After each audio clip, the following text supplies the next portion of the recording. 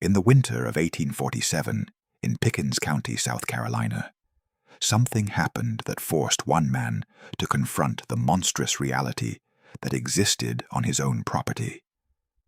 A plantation owner named Thomas Whitfield, a child's desperate words at his door, and a discovery in the barn that shattered every comfortable lie he'd told himself about the system he benefited from. If stories about confronting complicity matter to you, about what happens when someone can no longer avoid seeing the evil they've enabled, then stay with me. Because what Thomas Whitfield found on February 3rd, 1847, tells you everything you need to know about willful blindness, about the moment when denial becomes impossible, and about how confronting truth can destroy a person's entire understanding of themselves. The year 1847 sits in the middle of South Carolina's cotton prosperity. Pickens County in the upcountry region was wealthy plantation territory. Enslaved people worked the land, producing cotton that made white families rich while living in conditions that ranged from merely brutal to absolutely horrific. Thomas Whitfield was 42 years old in 1847, owner of Riverside Plantation, 1,600 acres, 60 enslaved people, profitable cotton production. He'd inherited the plantation from his father in 1835 and had run it for 12 years with what he considered to be enlightened management. Thomas believed himself to be a good master. He didn't whip people excessively. He provided adequate food and housing. He didn't separate families unless absolutely necessary for financial reasons. He attended church regularly, read the Bible, believed that slavery was ordained by God, but that masters had moral obligations to treat enslaved people with some measure of decency. This self-image was important to Thomas. He needed to believe he was different from the brutal planters he knew existed, that his plantation was managed humanely, that the enslaved people under his control were relatively well treated. To maintain this belief, Thomas had developed a pattern of deliberate ignorance. He didn't spend much time in the slave quarters. He didn't ask too many questions about how his overseer managed daily operations. He focused on the business side of the plantation, cotton yields, market prices, profit margins, and tried not to think too carefully about the human cost of producing those profits. Thomas's overseer was a man named Jacob Brennan. Brennan was 38 years old, had worked as overseer at Riverside for 8 years. He'd been hired by Thomas's father and had stayed on when Thomas inherited the plantation. Brennan was effective. The plantation remained profitable. Cotton production met targets. Enslaved workers were kept under control. Thomas knew Brennan was harsh, knew he used violence to maintain discipline, but Thomas told himself this was necessary. Slavery required firm management. Brennan provided that management, which freed Thomas from having to dirty his own hands. What Thomas didn't know, what he deliberately avoided knowing, was just how brutal Brennan's management actually was. Brennan ruled Riverside through terror. He whipped people for minor infractions. He made examples of anyone who showed even slight resistance. He sexually assaulted women with impunity, knowing that enslaved people couldn't testify against white men, and that Thomas preferred not to hear about such things. The enslaved community at Riverside lived in constant fear of Brennan. They understood that complaining to Thomas was pointless. He either wouldn't believe them or wouldn't care. So they endured, developed strategies for avoiding Brennan's attention, and tried to protect each other when possible. Among the enslaved people at Riverside was a woman named Sarah. She was 32 years old in 1847, had been at Riverside since Thomas's father purchased her in 1830. Sarah worked in the fields, was known as a capable worker, kept her head down, and avoided trouble as much as possible. Sarah had a daughter named Grace, who was 8 years old in 1847. Grace had been born at Riverside, knew no other life, was bright and observant in ways that worried Sarah. The girl saw too much, understood too much about the cruelty around her. Sarah had managed to avoid Brennan's worst attention for years through a combination of careful behavior and luck. But in early 1847, her luck ran out. Brennan had noticed Sarah, had decided he wanted her, had begun finding reasons to single her out, assigning her extra work, criticizing her performance, creating pretexts for punishment that would give him power over her. Sarah understood what was happening. She'd seen this pattern before with other women. Brennan would target someone, would escalate his attention, would eventually force himself on them. Once he did, the woman would be caught. Refusing would bring brutal punishment. Submitting would mean ongoing assault. Sarah tried to avoid Brennan. Tried to be invisible, but it was impossible. Brennan controlled too much of daily life on the plantation. On February 2nd, 1847, Brennan ordered Sarah to meet him in the barn after evening work was finished. The reason he gave, checking on some stored equipment, was obviously false. Everyone knew what the summons really meant. Sarah considered running. But where would she go? She had Grace to protect, and running would just bring punishment down on both of them. She considered going to Thomas Whitfield and telling him what Brennan was doing, but she knew that was pointless. White men didn't believe enslaved women's accusations against white overseers. So Sarah went to the barn, hoping she could somehow talk Brennan out of what he intended, knowing that hope was probably futile. Grace watched her mother leave for the barn. The 8-year-old understood something bad was happening, understood her mother was afraid, wanted to help but didn't know how. About 30 minutes later, Grace heard sounds from the barn.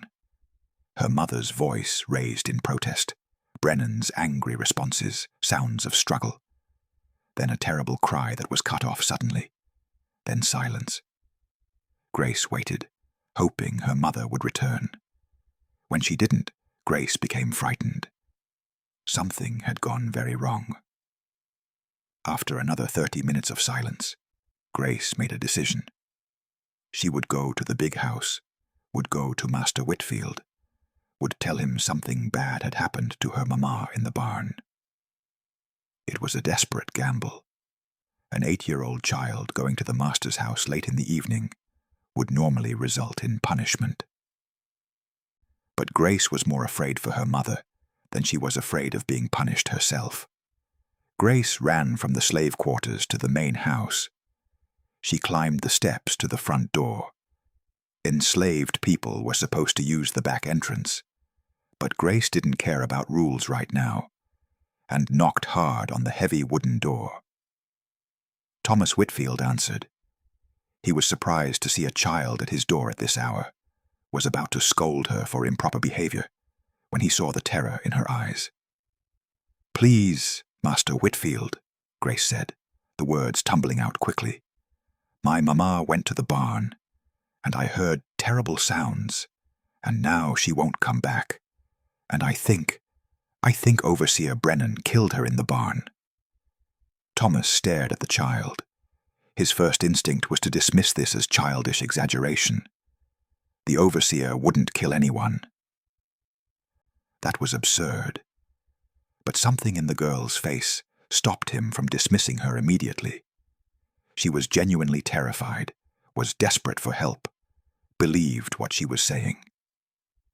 "Child, I'm sure your mother is fine. The overseer probably just—" "Please," Grace interrupted, which enslaved children never did to white men. "Please come look. Something bad happened. I heard my mama scream, and then nothing." Thomas felt a cold dread settling in his stomach. He didn't want to go to the barn, didn't want to discover what might be there. Because if this child was right, If something terrible had happened, it would mean confronting realities about his plantation that he'd spent years avoiding. But he couldn't ignore a direct plea from a terrified 8-year-old. Whatever moral flexibility Thomas had developed to justify slavery, he wasn't quite hardened enough to refuse to investigate when a child said her mother might be dead. "All right," Thomas said. "Show me where the barn is."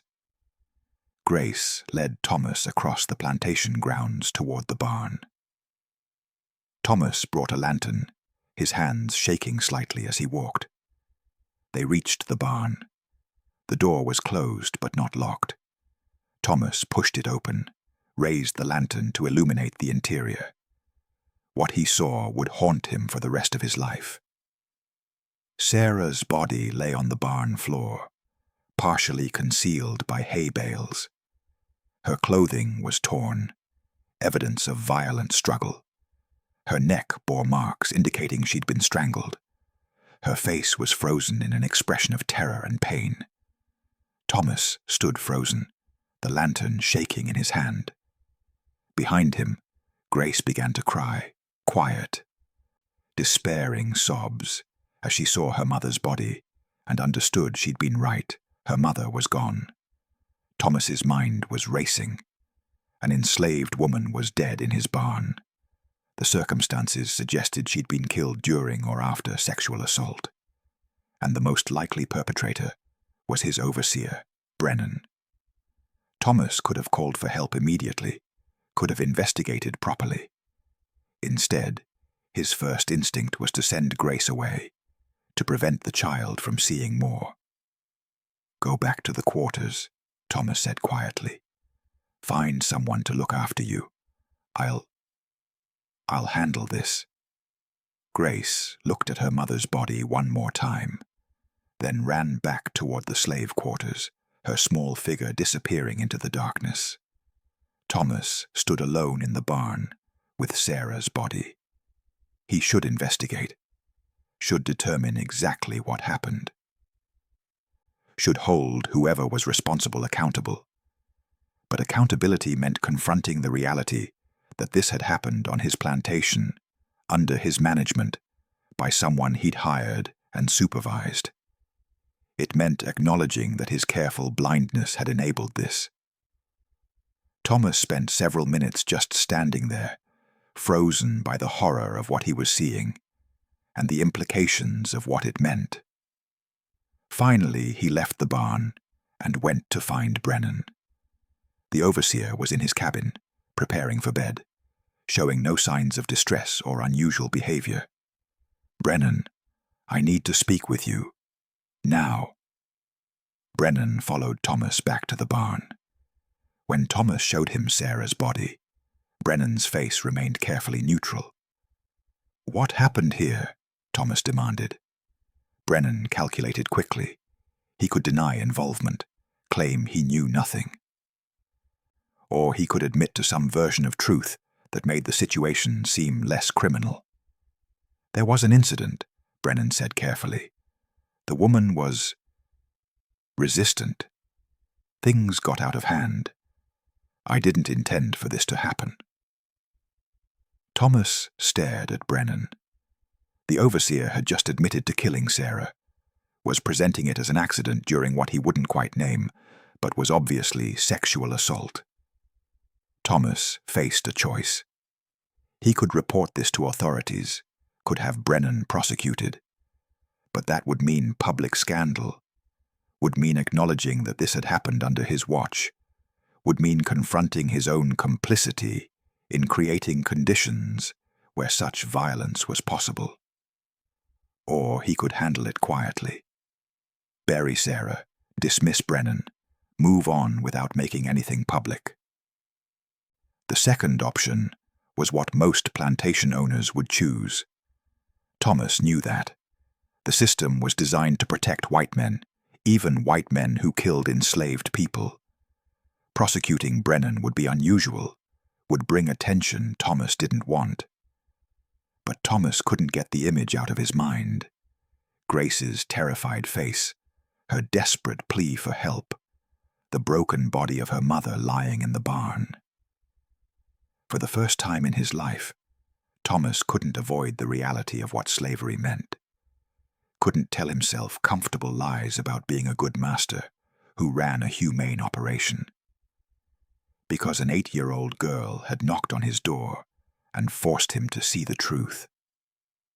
"You're fired," Thomas said finally. "Leave the plantation tonight. If I see you here tomorrow morning, I'll have you prosecuted for murder." Brennan started to protest, then saw something in Thomas's face that made him stop. He nodded and left to pack his belongings. Thomas arranged for Sarah's body to be prepared for burial. He had her buried in the small cemetery, where enslaved people from Riverside were interred, with a proper marker bearing her name, something he'd never done for any other enslaved person who'd died on his property. Thomas found Grace and tried to speak to her, to offer some kind of comfort or explanation. But what could he say? That he was sorry her mother was dead, that he'd fired the man responsible. None of it would bring Sarah back. Grace looked at Thomas with eyes that seemed far too old for an 8-year-old. "You knew," she said quietly. "All you masters know what the overseers do, but you don't stop it because it's easier not to know." Thomas wanted to deny this, but he couldn't. Grace was right. He had known, in the way that people know things they don't want to acknowledge. He'd heard rumors, had seen signs, had deliberately chosen not to investigate too closely, because doing so would require taking action. And that willful ignorance had contributed to Sarah's death. Over the following weeks, Thomas struggled with what he'd discovered. He hired a new overseer, instructed him explicitly that violence was to be minimized, that women were not to be sexually exploited. But Thomas also understood that giving instructions and ensuring they were followed were different things. The enslaved community at Riverside viewed Thomas differently after Sarah's death. He'd fired Brennan, which was more than most masters would do, but he hadn't prosecuted him, hadn't done anything that might bring real justice. And Sarah was still dead, Grace was still motherless, and the fundamental system that had enabled her murder remained intact. Thomas began to reconsider his beliefs about slavery. He'd always told himself it was a benign institution when managed properly. But Sarah's death had revealed that benign slavery was a contradiction, that any system giving some people absolute power over others would inevitably produce terrible abuses. Thomas didn't become an abolitionist. The social, economic, and personal costs of rejecting slavery completely were too high. But he changed in subtler ways. He sold off most of his enslaved workers over the next 5 years, reducing his dependence on slavery gradually. He eventually sold Riverside entirely and moved to Charleston, where he lived off invested wealth rather than plantation profits. He never spoke publicly about what happened to Sarah. But in private letters to a cousin, Thomas wrote about the night Grace knocked on his door.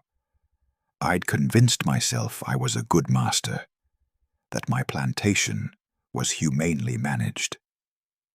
Then a terrified child appeared at my door and destroyed all those comfortable lies.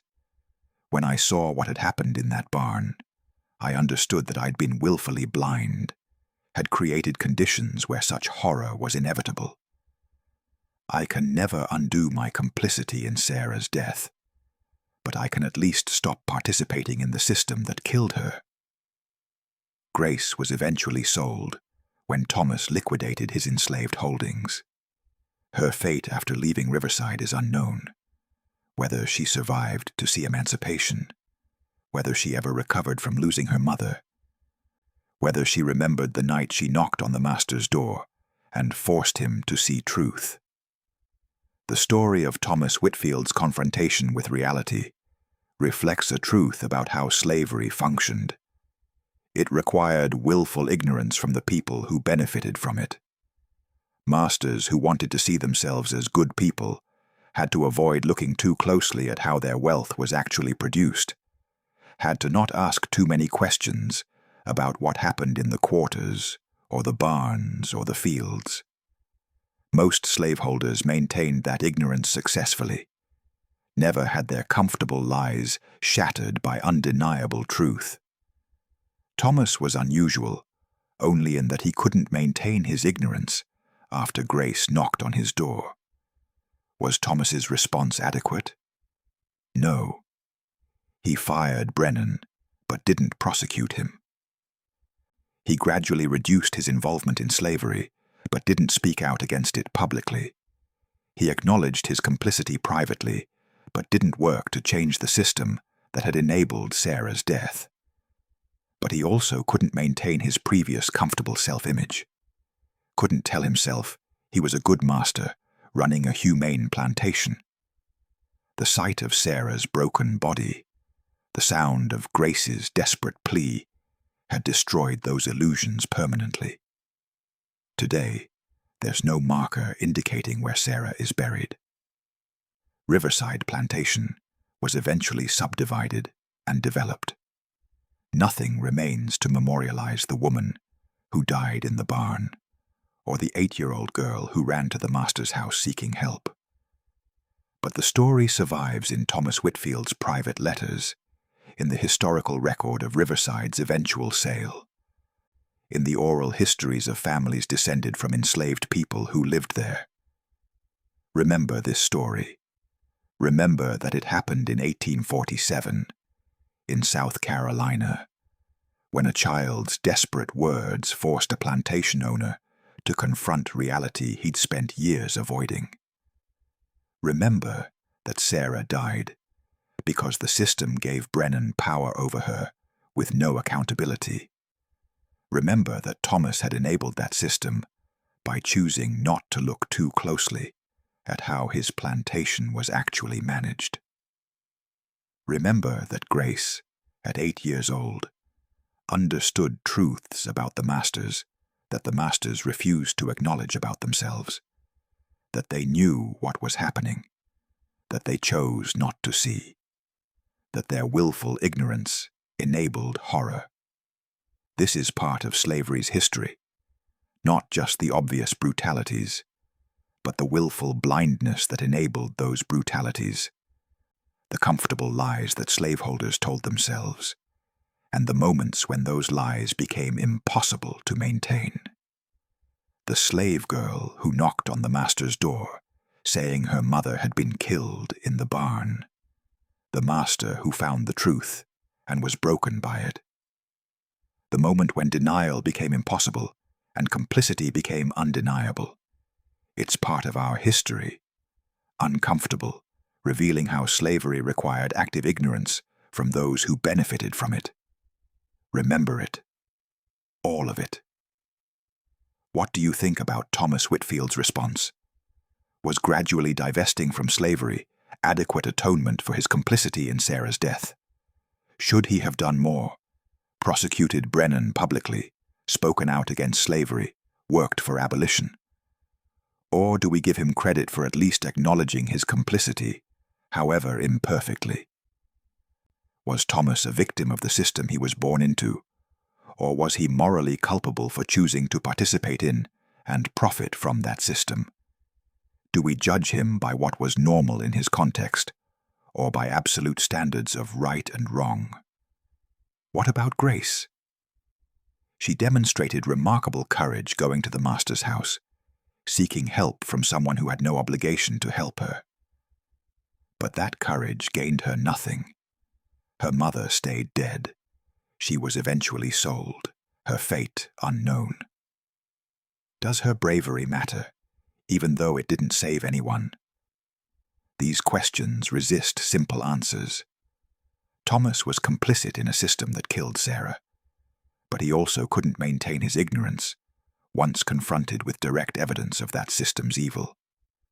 Grace sought help from someone with power, and while he responded more than most would have, his response was inadequate to provide real justice. Leave your comment below. If you found this investigation compelling, subscribe and hit the notification bell. Share this with someone who appreciates historical narratives exploring complicity, willful ignorance, and the moment when comfortable lies become impossible to maintain. At History in Chains, we believe in presenting history honestly, including stories about the people who benefited from slavery, confronting their own complicity. Thomas Whitfield's story forces us to think about how systems of oppression require active ignorance from beneficiaries, how that ignorance can be shattered by undeniable truth, and why even changed hearts don't erase moral responsibility for participation in evil. See you in the next video.